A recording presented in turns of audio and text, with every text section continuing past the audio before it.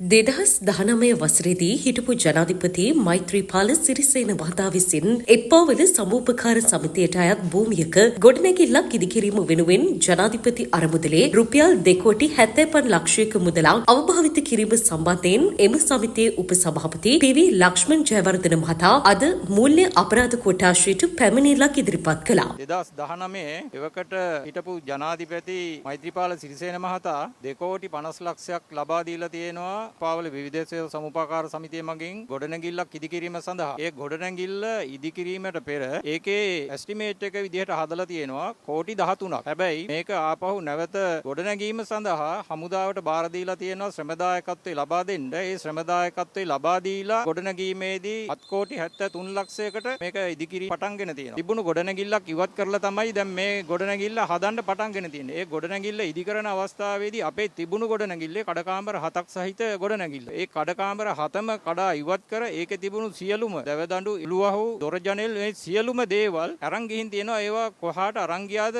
තාමත් ඒවා නිශ්චිත තොරතුරක් නැහැ. එතකොට මේවා බාරගත්තු කෙනෙක්වත් බාර දීපු කෙනෙක්වත් තොරතුරක් හොයාගන්න බෑ. ඒ නිසා තමයි මම මේ අද පැමිණිල්ල මෙතෙන්ට කරන්න ආවේ. මොකක් හරි පරීක්ෂණයක් පවත්වලා අපිට මේක පිළිබඳව තොරතුරක් ලබා දෙන්න කියන ඉල්ලීම කරන්න.